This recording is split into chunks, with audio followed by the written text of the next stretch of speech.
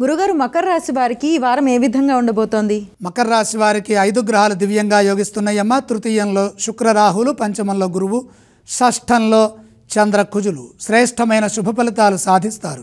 ఉద్యోగంలో మేలు చేకూరుతుంది. ఒక సంకల్పంతో ముందుకు సాగండి. పనుల్లో స్పష్టత ఏర్పడుతుంది. న్యాయం మిమ్మల్ని ముందుకు నడిపిస్తుంది, గెలిపిస్తుంది.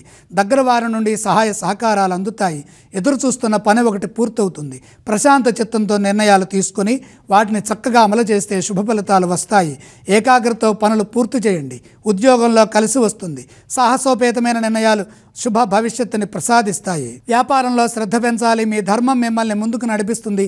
ఉపకార బుద్ధితో కృషిని కొనసాగించండి.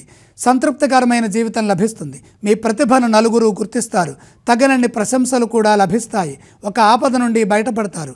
లక్ష్మీ కటాక్షం అనుకూలంగా ఉంటుంది. పెట్టుబడుల విషయంలో లోతుగా ఆలోచించి సరైన నిర్ణయం తీసుకోండి. మొహమాటం లేకుండా ధనాన్ని పొదుపుగా వాడుకోండి.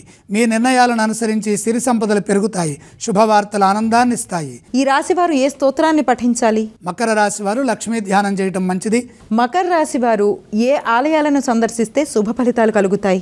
లక్ష్మీ సందర్శనం మేలు చేస్తుంది. ఈ రాశి వారు ఏవేవి దానం చేయాలంటారు? గ్రహయోగం అధికంగా యోగిస్తోంది కాబట్టి దానాలు అవసరం లేదు.